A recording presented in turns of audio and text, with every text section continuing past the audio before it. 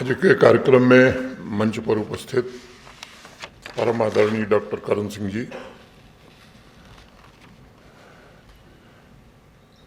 Kashmir university की vice chancellor professor Nilofar Khan साहिबा, doctor Shams Iqbal ji, doctor Nasreen समा जी, कश्मीर राइटर्स एसोसिएशन के अध्यक्ष डॉक्टर फिदा फिरदौस साहब, सभागार में उपस्थित प्रशासन के वरिष्ठ अधिकारी, सभी आमंत्रित अतिथिगण,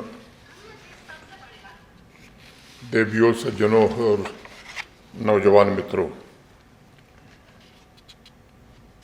आज श्रीनगर में इंटरफेथ डायलॉग का आयोजन इस बात का प्रमाण है कि पूरे दुनिया में भारतवर्ष एक ऐसी प्राचीन सभ्यता है जिसने युगों युगों से मानवता को ज्ञान, विवेक और कोएग्जिस्टेंस सह अस्तित्व का मार्ग दिखाने का काम किया है।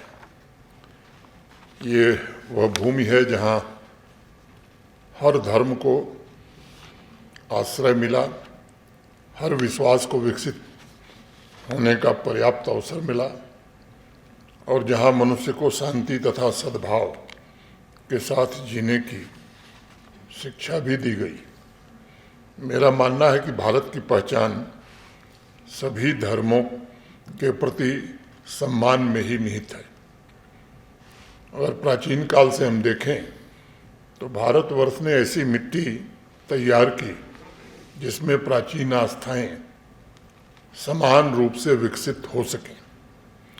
आज संपूर्ण विश्व इस तथ्य को स्वीकार कर रहा है कि संसार में सबसे प्राचीन रूप से अगर हम कहें तो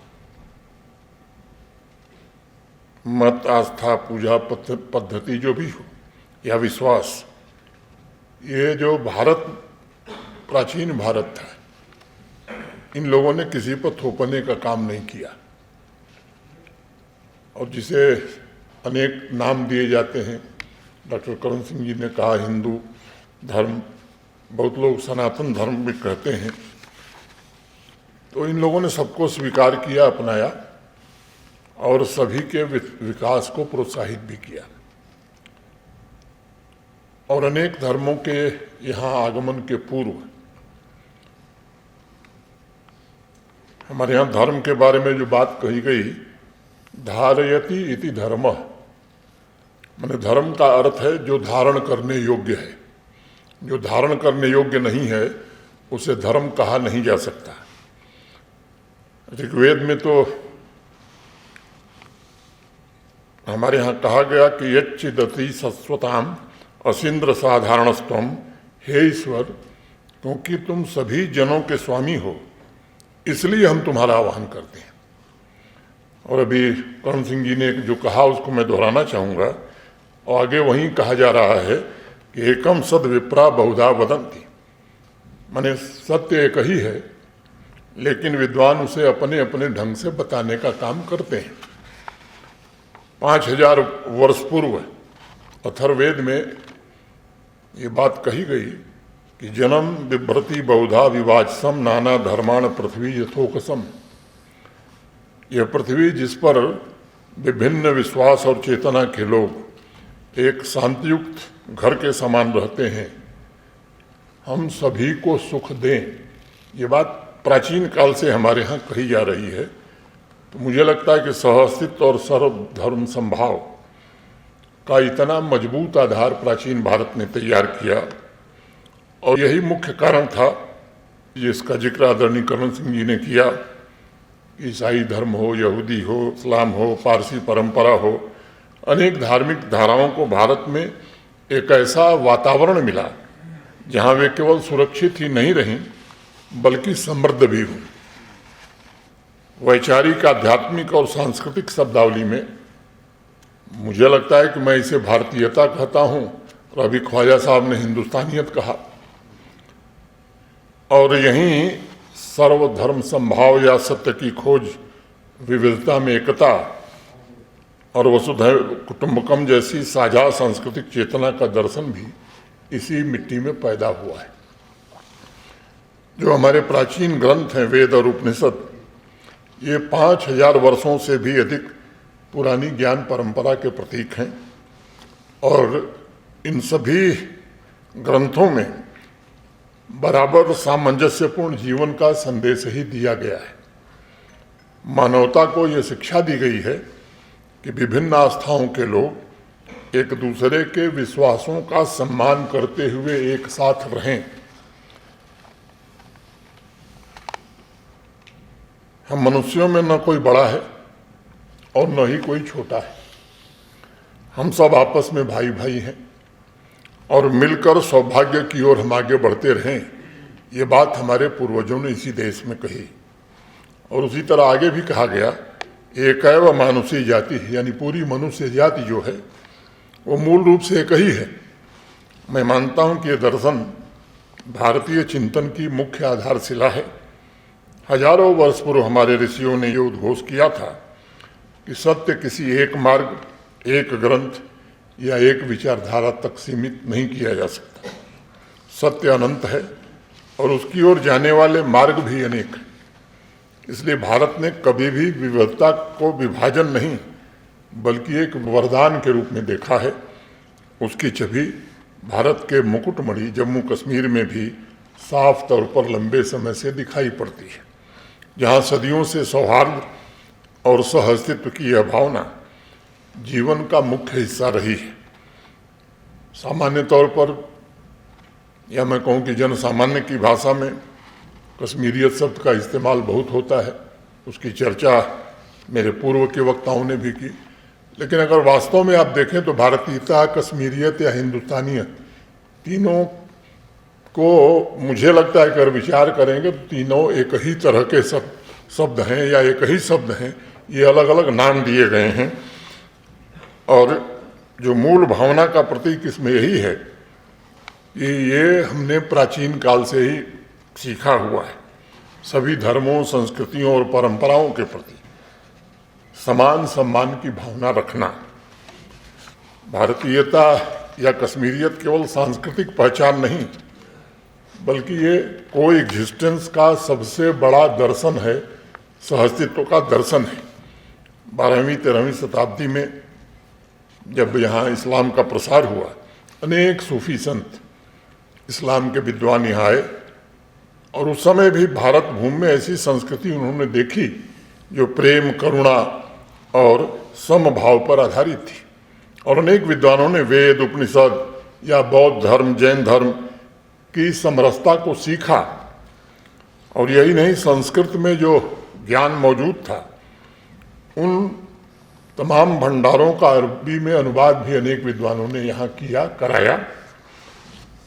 और तभी तो हमारे पूर्वजों की प्रार्थना यही है कि सर्वे भवन्तु सुखिनः, सर्वे सन्तु निरामया, अर्थात सभी सुखी रहें, सभी निरोगी रहें।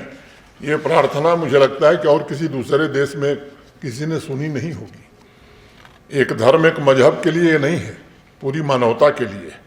यह संपूर्ण मानवता के कल्याण की कामना है और मैं मानता हूँ कि यही भारत की असली पहचान है। और श्रीमद् भागवत गीता में तो यहाँ तक कहा कि हे यथा माम प्रपद्यन्ये तांस्थैव मजाम्यहम् मम वर्तमान वर्तन्ते पार्थ सर्वशः। अर्थात जिस रूप में भी व्यक्ति मुझे चाहे, मैं उसी रूप में उसकी इच्छाएं पूरी करता हूँ। और व्यक्तियों के रास्ते चाहे कोई हो,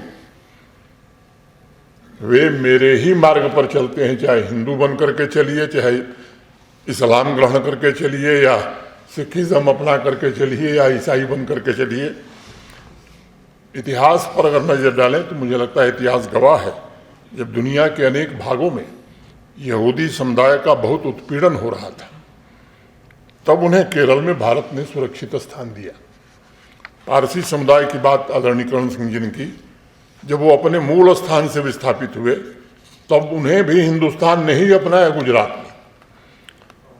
जब ईसाई आए तो उन्होंने भी इस भूमि पर दुनिया के प्राचीनतम चर्चों में से कुछ चर्चों की स्थापना हिंदुस्तान में की। इस्लाम भी जब भारत आया तब देश में मंदिर, गुरुद्वारा और गिरजाघरों के साथ साथ मस्जिदें भी सम्मान और गरिमा के साथ खड़ी हुई। तो मुझे लगता है कि भारतीयता में किसी अन्य धर्म के व्यक्ति को बलपूर्वक प्रलोभन देकर अपने धर्म में शामिल करने की कोई अवधारणा कभी नहीं थी। भारतवर्ष और उसकी भारतीयता ने कभी किसी से ये नहीं कहा कि वो अपनी आस्था को त्याग दे। और हमारे यहाँ तो धर्म में भी ये बात कही जाती है कि अगर दूसरे धर्म का अनादर आप करते हैं तो आप धार्मिक हो ही नहीं सकते। भारत ने सदैव ये बात कही है कि अपनी आस्था, अपना विश्वास साथ लाइए, अपनी परंपरा साथ लाइए और हमारे साथ सौहार्द पूर्वक रहिए और जीवन बिताइए। यही भारत की विशिष्टता है, यही भारत दर्शन की महानता है और आज के विश्व के लिए यही भारत का संदेश है। मैं राष्ट्रीय उर्दू भाषा विकास परिषद और इंटरफेथ हार्मनी फाउंडेशन के इनिशिएटिव की भूरी भूरी प्रशंसा करता हूँ कि उन्होंने समाज को जोड़ने के मिशन में बहुत ही महत्वपूर्ण भूमिका निभाने का काम किया है। इतिहासकारों का मानना है कि 13वीं शताब्दी में जब उर्दू का जन्म हुआ तब इसे हिंदवी कहा जाता था, यानी यह भारतीय भाषा फारसी, अरबी और तुर्की के मेल से बनी ये बोलचाल की भाषा थी, जिसे 19वीं शताब्दी में परिष्कृत करके फारसी अरबी लिपि अपनाई गई। 13वीं शताब्दी से उर्दू के लेखकों जैसे अमीर खुसरो की लेखनी पर आप देखें तो वेद और उपनिषद इनका काफ़ी प्रभाव पड़ा है। उसी तरह पर्शियन और सूफी लेखकों पर भी भारतीय दर्शन की गहरी छाप है। मैं मानता हूं कि वर्तमान समय में जब दुनिया अनेक संघर्षों, विभाजनों और असहिष्णुता की चुनौतियों से जूझ रही है, तब ये दर्शन मुझे लगता है कि एक मार्गदर्शक या एक प्रकाश के रूप में दुनिया का मार्गदर्शन कर सकती है। जो हमारा दर्शन कहता है कि एक दूसरे की आस्था का सम्मान करो तथा मित्रता, धर्म और समानता ये सभी के बीच स्थापित हो। हमारी सभ्यता में ऐसे अनेक उदाहरण हैं जो इस भावना को जीवंत रूप से प्रदर्शित भी करते हैं। हम सब जानते हैं कि विश्व के प्राचीन और महानतम ज्ञान केंद्र नालंदा विश्वविद्यालय ने चीन, तिब्बत, कोरिया और अनेक देशों के विद्वानों का दिल खोल करके यहाँ स्वागत किया।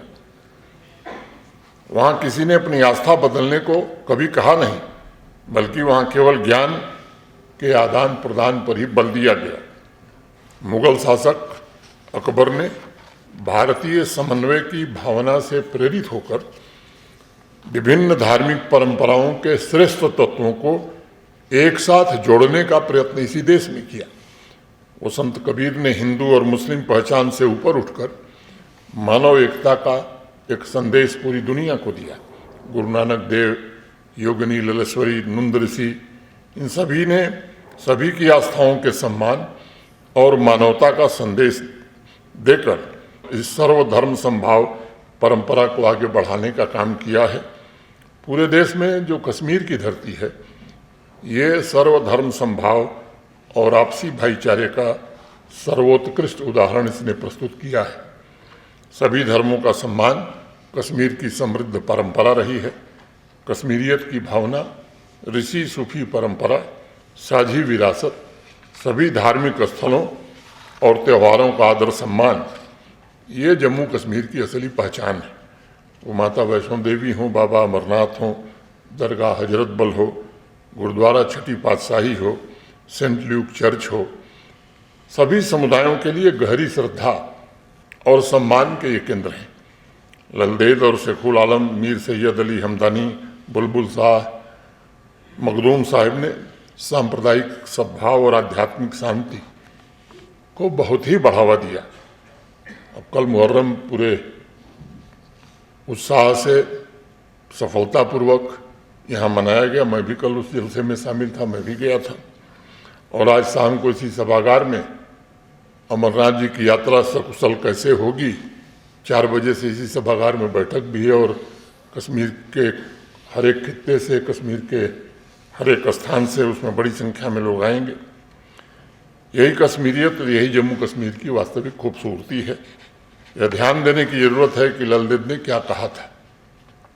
उन्होंने कहा कि वो सर्वव्यापी हैं, और इसलिए हिंदू मुसलमान का भेद न कर। मौजान हयोन तो मुसलमान। शेखुल आलम ने कहा खुदा एक ही है जिसके लाखों नाम है और संसार भर में उसी का प्रकाश है। खुद ये कोई नाव छुस लछा। मैं भारतीयता और उससे उपजी कश्मीरियत के इस स्वभाव को भविष्य के लिए मार्गदर्शक के रूप में देखता हूँ और ये आज मैं कह सकता हूँ कि आने वाले भविष्य में भारत ही दुनिया को सौहार्द का मार्ग दिखा सकता है या उसका दीप स्तंभ बन सकता है। आज दुनिया धर्म, भाषा, नस्ल और विचारधाराओं के आधार पर विभाजित दिखाई पड़ती है, परंतु पूरी दुनिया को यह विश्वास है कि भारतीय दर्शन इन विभाजनों को पाटने की क्षमता रखता है। हमारे ऋषियों ने सिखाया कि संपूर्ण मानवता एक परिवार है। महाउपनिषद का प्रसिद्ध वाक्य वसुधैव कुटुंबकम अर्थात समस्त विश्व एक परिवार है, यह भारत का जीवन दर्शन है। यदि विश्व इस सिद्धांत को अपनाता है तो संघर्ष कम होंगे, शांति का विस्तार होगा। मैं वैश्विक समुदाय तथा आवाम के सभी वर्ग और सभी धर्म के लोगों से निवेदन करूंगा कि हमें अपनी प्राचीन ज्ञान परंपरा को जीना चाहिए। विश्व के साथ सौहार्द, सहअस्तित्व और मानव एकता का ज्ञान साझा करने के लिए भारत के लोगों को भविष्य में भी अपने उत्तरदायित्व का निर्वहन करना होगा। आज के इस इंटरफेथ डायलॉग से जरूर ये संदेश जाना चाहिए कि भारत एक महान विचार है, ऐसा विचार जो कहता है कि मानवता के साथ मिलकर ही जीना चाहिए, ऐसा विचार जो हर आस्था के सम्मान की बात करता है, ऐसा विचार जो पूरी दुनिया को एक परिवार मानता है। मेरा निवेदन होगा कि हम इस विचार को मिल करके आगे बढ़ावें। हम दुनिया को ये याद दिलाएं कि शांति संभव है, सौहार्द प्राप्त किया जा सकता है और सभी धर्मों के प्रति सम्मान ही उज्जवल भविष्य की गारंटी है। मेरी प्रार्थना है ईश्वर से कि हम अपने वेद उपनिषद की शिक्षा, अपने सभी महान संतों, ऋषियों, सूफियों के आदर्शों और भारतीयता की भावना को अपने जीवन में उतारें, क्योंकि गांधी जी एक बात बार बार कहते थे कि जो कुछ हम कहते हैं वो करके दिखाएं। जो हम कहते हैं अगर कर नहीं सके तो मुझे लगता है उस कहने का कोई अर्थ नहीं होता है। और इसलिए मैं ये चाहूँगा कि आज के इस सभागार से आगे भी आप सब चर्चा करने वाले हैं। डॉक्टर करण सिंह जी ने जो बात कही, ये संदेश पूरे जम्मू कश्मीर में जाए कि नहीं, हम सब मिलकर एक साथ ही जम्मू कश्मीर को और भारत को आगे बढ़ा सकते हैं। जो लक्ष्य आज देश के आम आदमी के मन में बैठ गया है विकसित भारत का, वो लक्ष्य तभी पूरा होगा जब हम एक दूसरे का आदर करेंगे, एक साथ मिल करके लक्ष्य की ओर आगे बढ़ेंगे। और अल्लामा इकबाल की दो चार पंक्तियां कह दूं तो खत्म करूं। गैरियत के पर्दे एक बार फिर उठा दे, गैरियत के पर्दे एक बार फिर उठा दे, बिछड़ों को फिर मिला दे, निक से दूरी मिटा दे। सुनी पड़ी है मुद्दत से दिल की बस्ती, सुनी पड़ी है मुद्दत से दिल की बस्ती, एक नया शिवालय इस देश में बना दे, एक नया शिवालय इस देश में बना दे। दुनिया के तीर्थों से ऊंचा हो अपना तीर्थ, दुनिया के तीर्थों से ऊंचा हो अपना तीर्थ, दामाने आसमां में इसका कलश मिला दे। हर सुबह उठ के गाएं, हर सुबह उठ के गाएं मंत्र वो मीठे मीठे, सारे पुजारियों को मैं प्रीत की पिला दे, सारे पुजारियों को मैं प्रीत की पिला दे। शक्ति भी शांति भी भक्ति के गीत में हूँ, शक्ति भी शांति भी भक्ति के गीत में हूँ, धरती के वासियों को मुक्ति प्रीति में हो, धरती के वासियों को मुक्ति प्रीति में हो। बहुत बहुत धन्यवाद। जय हिंद, जय भारत।